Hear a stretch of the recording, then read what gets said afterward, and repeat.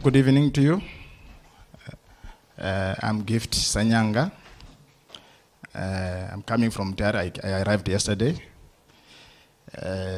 I know quite a number of faces here, some of whom I've met before.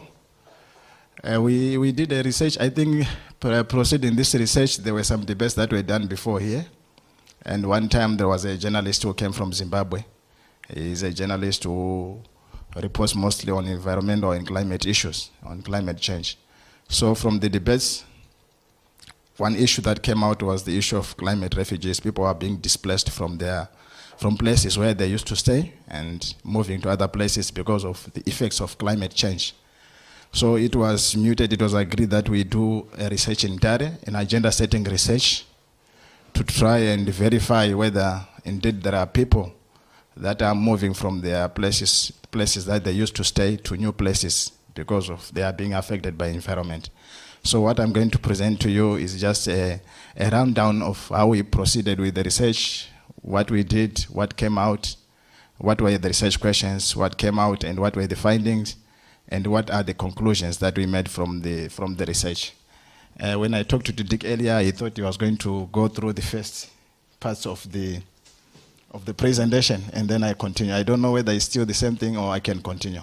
This is the report that is made in Mutare, and it was very good. It's called an agenda setting research because we use it here for awareness, but we will use it in Mutare to raise this problem. It was made in August with people from Haarlem and people from Mutare, and Gift, even kijken.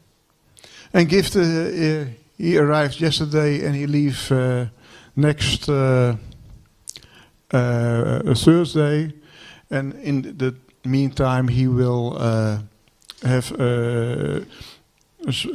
talks with the VNG International and with the Max van der Stoel Foundation, who are organizing every year the Africa Day. And Africa Day is the next year on climate and climate change, and they will invite Gift. I see the slides going automatically. This is the climate debate that we organized, the first three, and this was the first, in which Mr. Andrew Mambondyani made us aware of the problem of climate refugees in Mutare and in Zimbabwe. And he is a very well-known journalist, and he made a report about the problems in Beira. And the problem was that he was there 2 weeks before Idai flooded completely Beira. So that made his point why it's necessary to do something about climate change. And in Haarlem we had 2 more debates. And here you see a map of Southern Africa with the dot of Mutare. And in Mutare the investigation was done. And this is Mutare itself. Like Haarlem, it is a provincial capital of the province of Manicaland. And when the city link started, we had in Haarlem 150,000 people, and in Mutare also 150,000. At the moment we have in Mutare 250,000 people, and in Haarlem 150,000. So it really grows very rapidly, Mutare, but it's very well maintained, and we like to keep it that way. Thank you, Dick. I'm going to proceed with the rest of the presentation, which is looking basically into the research that we did. This is just a picture of some fire burnings in Manikala and in Mutare. The research was based on the questions that were developed there. The first one being the issue of how precipitation is developing in Southern Africa, and also the second one being on the issues of climate change, on drought, the frequency and the occurrence of droughts. Is it increasing or is it decreasing? And then there was the issue of the question on the demographic developments about migration from dry paths to moist paths. Who are the people moving, and what is the cause of those people that are moving? And whether our government, the government of Zimbabwe, sees that as a problem, and are there methods to respond to the adaptation strategies to respond to the issue of climate change. I'm glad the speaker who spoke before me mentioned that yes, climate change is there, but also there are shortfalls sometimes due to bad governance, especially when we talk about issues of adaptation strategies. That's where the issue of bad governance comes clear, because climate change is a phenomenon which is affecting the whole globe, but some governments are able to cope with it, but some governments are not able to cope with it because of the issues of governance.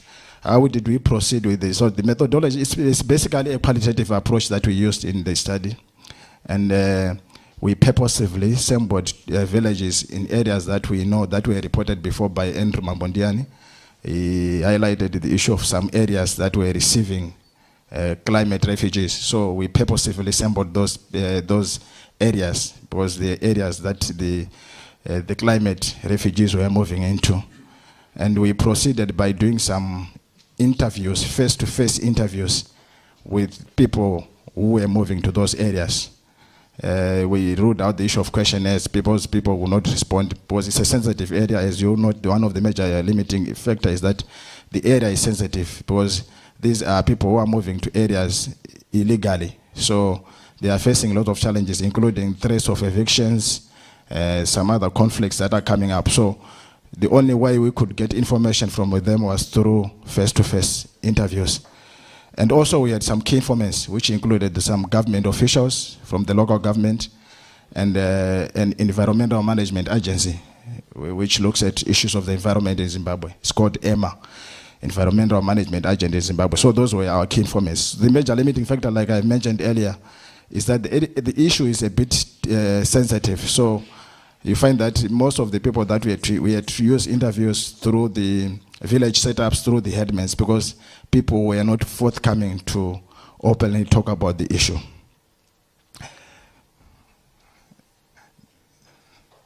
Okay? Okay. Am I at the right slide? Okay. The study area.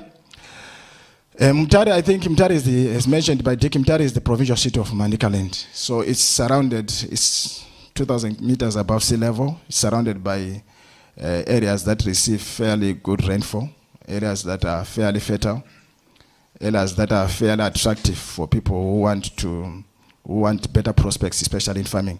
And Bema Valley and Mpuzi resettlement areas are two of the areas that we considered for the research.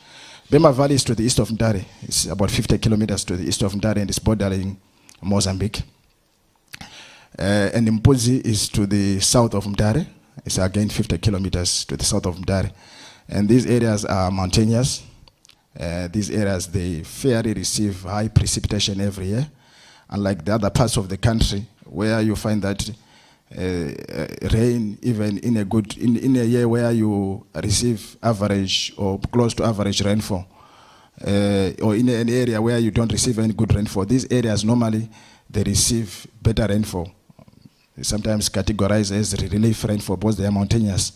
They receive fairly good rainfall, so they are attractive areas to move, particularly for farming and for livestock rearing. So these are the two areas that we considered for the study of the issue of climate refugees, because people are moving from dry paths to settle in these two areas, Bema Valley with the 3 villages and Mpuzi resettlement area. This is a typical new homestead that is established in one of the areas. You see it's in a mountainous area. You can also see the type of houses that they are more like temporary houses. So these are people who have relocated there particularly to do farming. You can see that they have cleared part of the land where they built their homestead, and they are farming around their homestead. But the other areas, you can still see trees that are there. What did we find from the research? Having gone through the interviews and everything, interviewing also the key informants, we discovered that on the issue of the development of the climate, there is increased frequency and the intensity of droughts. Droughts are happening more frequently, and they are getting more and more severe. The precipitation is getting less and less, as you can see from the second point there. Those are only years that have been identified where it was severe drought. The other years that are not mentioned there might have been a bit of precipitation, but not necessarily a good rainfall season. So those were severe drought areas. 1993, 94, 2001, 2002, 2003, you can see the rest of the year, even this past year, 2018, 2019. So the other issue that came out is that there is a relatively, as mentioned by the former speaker, there is relatively a high rise in temperature. Globally, it's like, say, the 1% increase in global temperature, but in Southern Africa, it's about 2%. So the relative to other parts of the world, there is a rise in temperature. And then because of those developments, those climatic changes, there are far-reaching consequences for water supply, food production, livestock, and electricity production. As I'm speaking to you now, if you go to Zimbabwe today, of the 24 hours a day, probably you get electricity for only 4 hours. The other 20 hours, there is no electricity. Some people were trying to Skype with me when we were doing the research, but I said, you cannot reach me because there is no electricity. Because the water level in our main dam that supplies electricity has gone down. And during this current drought, the 2018-2019, about 4.1 million people were left food insecure.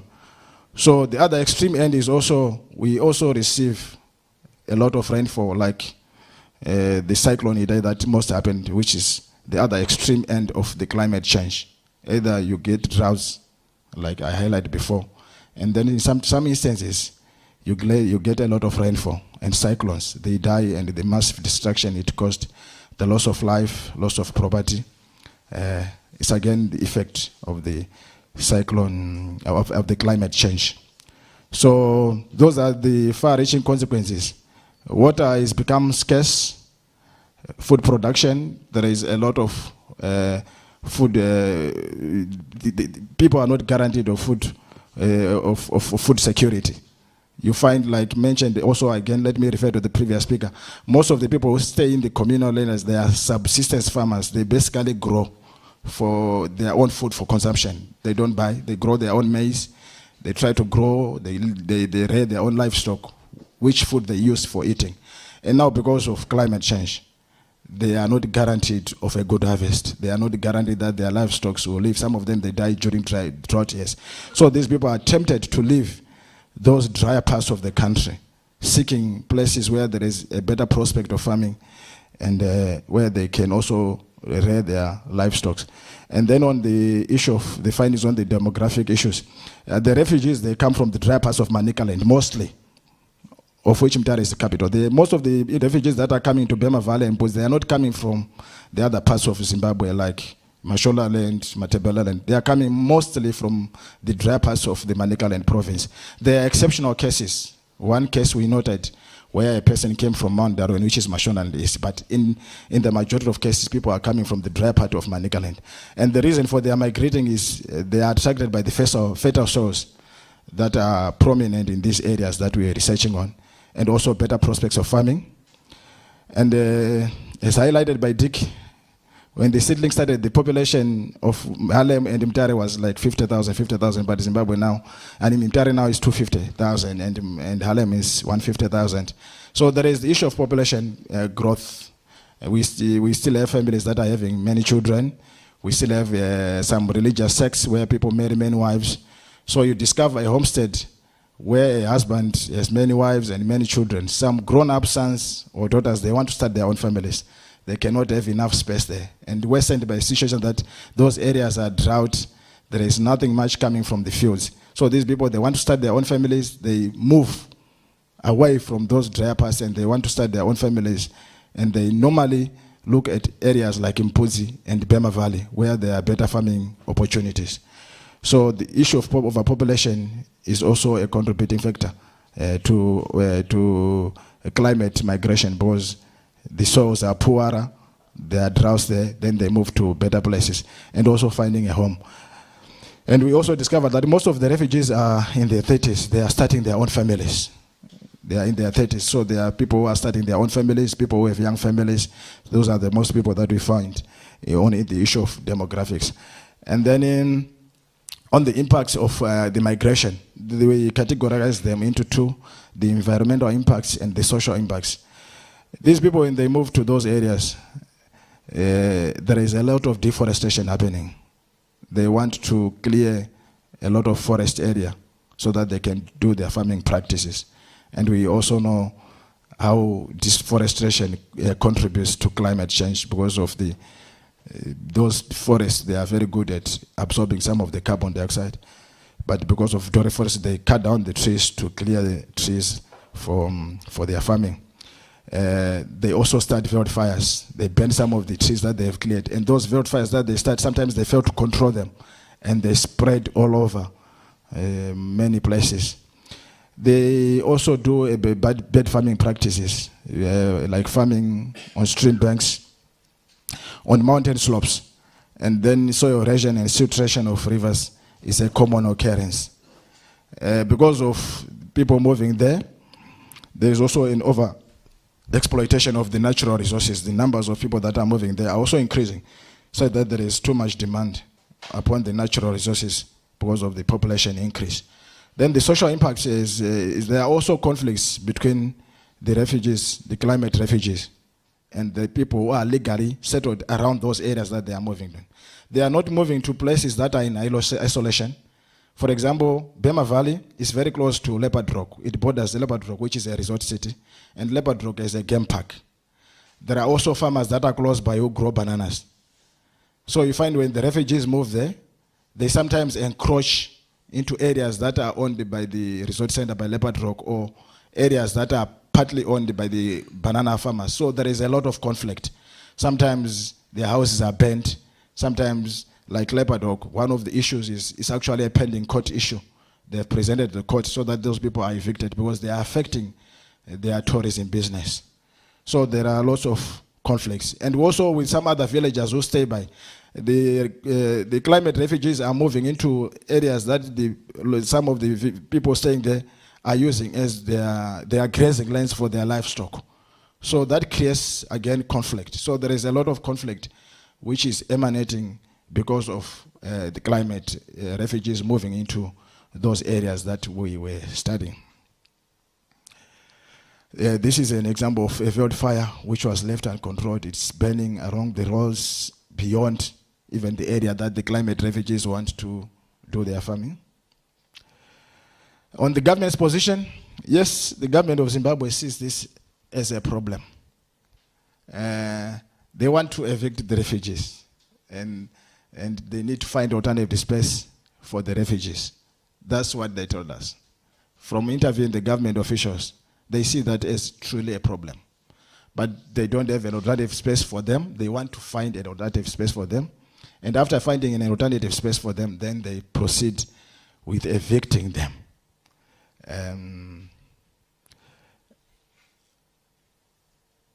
On that point again, there is the land audit that they are currently doing, especially after the land reform program. There is a lot of land that they want to undertake a land audit to see how the land is being utilized.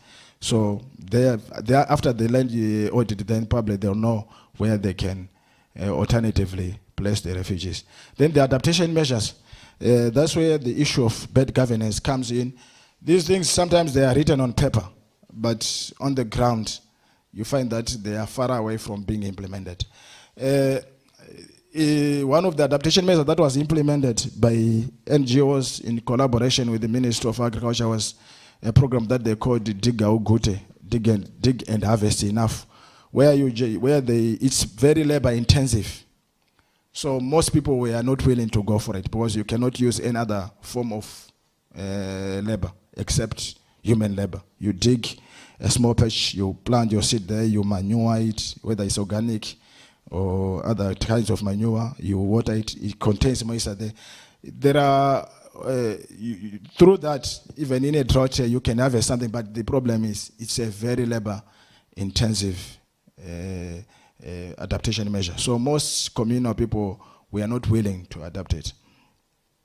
And also the other second adaptation measure that was considered was the issue of drought-resistant crops, such as sorghum. But basically Zimbabweans, like most Southern African countries, they mostly grow maize. Maize is the staple food. So changing people's staple food to sorghum, people are not very much forthcoming. The government tried to provide them with farming implements, hoes and seeds, so that people are promoted to grow drought-resistant crops, but they are not the staple food that people want. People want mostly maize, and maize is one of the crops that is highly affected by high temperatures. 1% loss in production with just temperatures of 30 degrees and above on a day. So that was one of the adaptive measures that was considered. Irrigation schemes as a drought mitigation scheme was considered. But again, it has its own challenges, the capacity, and also the political will, and coupled by issue of poor government measures, also how to ensure food security for their people.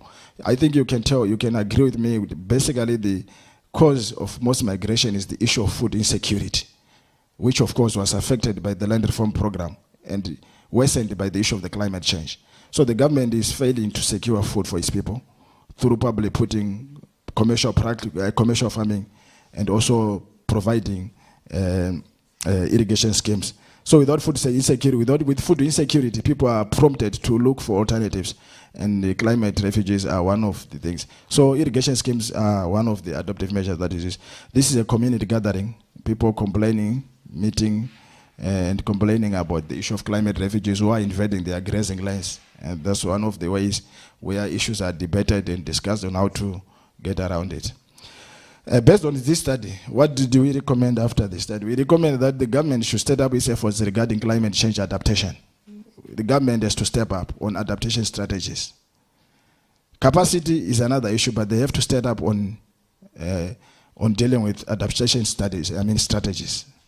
And then the government should also expand drought mitigation strategies. For example, developing irrigation schemes in drier areas so that people are not prompted to move to new areas and avoid all the environmental, the social conflicts. When irrigation schemes are introduced in the drier parts of the country, it will help contain the movement of people. We also recommend that the government should prioritize development of irrigation schemes before or immediately after resettling the refugees back in the areas where they came from. Because, like we mentioned, that the government is aware that this is a problem. The government wants to relocate them.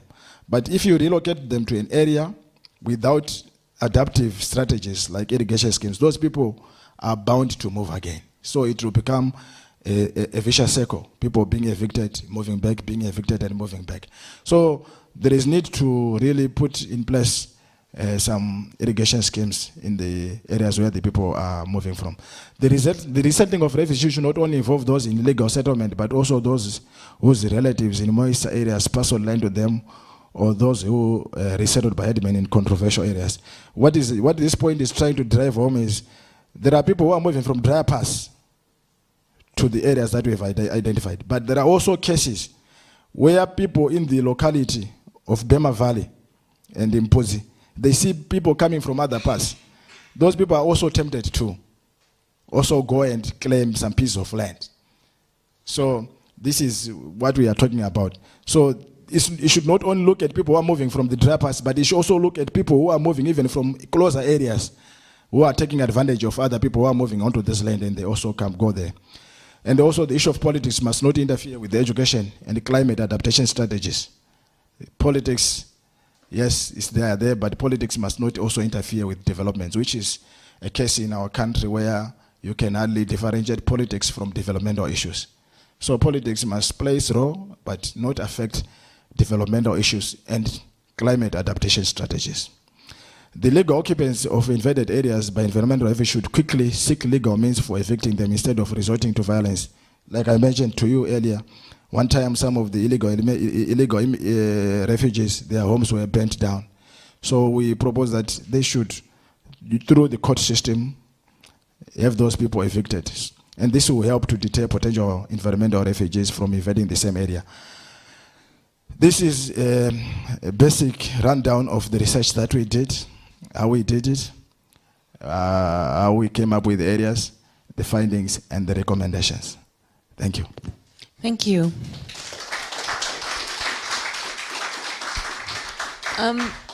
Just to start off, because we still have some room for a couple of questions from the audience, but I need to make sure that the timeline stays right. Yeah. Sorry about that. But one of the things that I was wondering about, did some of the conclusions from the research come up as a surprise? Like, one of the things that I understood earlier on about climate refugees is that people travel over long stretches of land. But one of the things that you concluded is that the majority of climate refugees are people fleeing within the region. Yeah. Was that a surprise? Yeah, it was something that we discovered. We didn't know where these people were exactly coming from. We thought probably they were coming from all over the country. But after the research, we discovered that no, most people were actually coming from regions within the province. Okay. It's hard to imagine how the distances are in the district. So from how far did they come? Yeah, Manicaland is basically, I think, probably the widest area in Manicaland. You are talking about at most 100 kilometers. So it's within the peripheries of Manicaland. But some areas have been identified. Some areas are as close as 30 kilometers. Some areas are as close as 40 kilometers. So within the peripheries of Manicaland. So we are talking of 100 kilometers and less. Well, I have another question. Did the people you talked to, did they consider themselves as climate refugees? The term to them was new. If you read from the research, even from the verbatim, it's translating what they answered. They simply said, we are looking for survival. We want to survive. The areas that we are living, we cannot survive with our children. So we are looking for survival. It's a means of survival. But lacking rain, mainly. Yeah, survival because where they were living, they could not survive because there was no good rain, no good farming perspectives. So moving to these areas, to them was an adaptive measure for climate change. They wanted to survive. Okay, thank you. Is there another question from the audience? I don't see. Yep, usually. Was it easy to interview residents on this problem? Yeah, it was not easy. It was not easy. Some people were initially actually very resistant because they were not sure of the motive for us asking them questions. We wanted to find out the situation, but to them, they thought probably it's a mechanism for them to be identified and be evicted. So we had to go through the community leaders. So they are the people who actually helped us to finally interview most of the climate refugees. Okay, thank you. I think that now it's time for you to hand over the report. I asked two people to come to the front. I ask Ernst-Jan Stroes. Sorry, didn't have my glasses with me. And Jur Botter to come on stage, please. Yeah, so this is the full report. You'll find more in it. There are more than what I explained, but there is more in it. So we are glad to hand over the findings of the report. Thank you. Okay. Thank you very much.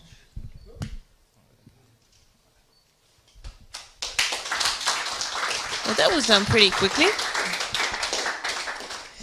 And then it's a bit of a nasty question of me, but what are you going to do with it? Are you going to read it? Yeah, actually, yes.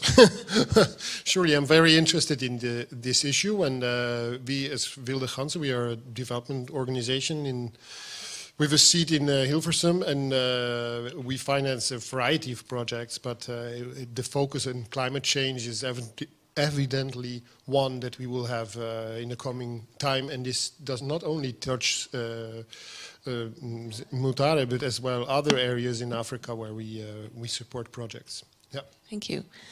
And you? Are you going to read it tonight? As a matter of fact, I've already read something about it. I got it in advance, so I've read it, and I will hand it over to our alderman in charge of environment and the sustainability. But what I wonder is, as a matter of fact, I'm here because I was the last holiday in Africa, in the southern part of Africa, and I've noticed how severe the drought is in many circumstances, not only for people but also for the animals who don't know their way anymore and die in very severe numbers. But what you also see is that there are a lot of people now in the beddings of the rivers are starting to grow crops by themselves, and they go there every morning to give it water from the rivers, especially in the northern part of Namibia and Zambia. But what I wonder is that there was one remark made that the government officials should not intervene with the education of the agricultural adaptation. And I wonder if they are supposed to intervene, who will interfere? Who will take the lead to take measures in this, as written in this proposal or in this research? Okay. You understand what I... Yeah, I get the issue of the interference by government on the work of the agricultural extension officers. Yes. Stream bank cultivation, I don't think is a good agricultural practice because it has other effects. It causes siltation of water and destruction of the river system, and sometimes it goes even to the ecosystem. So with the interference here was on a political level, just to say, extension officers, please leave people there, because sometimes politicians, they do it because they want the support of the people at the expense of... Not sometimes, always. Yeah, always. But they should take measures that aren't done with an eye on the electoral results, but with an eye on the environment. Yes, yeah. exactly. Okay. Yeah, that's the interference we are talking about. But sometimes they are not worried about the environment. They are worried about the support for the people. Yeah. And did you also give it to the local government in Mutare, this report, or will you give it? We will. Okay. We are creating we will publicize it. We will publish it also in the local media in Mutare. After this debate, we will create a link through the local press. We will also publicize the document, so that's why we termed it an agenda setting, because we want people to take a debate and talk more about the issues of environment, even in Mutare. Okay. Yes. Okay. Thank you. Thank you. Thank you very much. And then, I'm sorry, I'm now going to switch back to Dutch. Thank you, Gift, for your presentation. And I would now like to ask Thijs de la Cour. Thijs, om naar voren te komen voor jouw presentatie. En na de presentatie van Thijs hebben we even kort tijd voor een aantal vragen.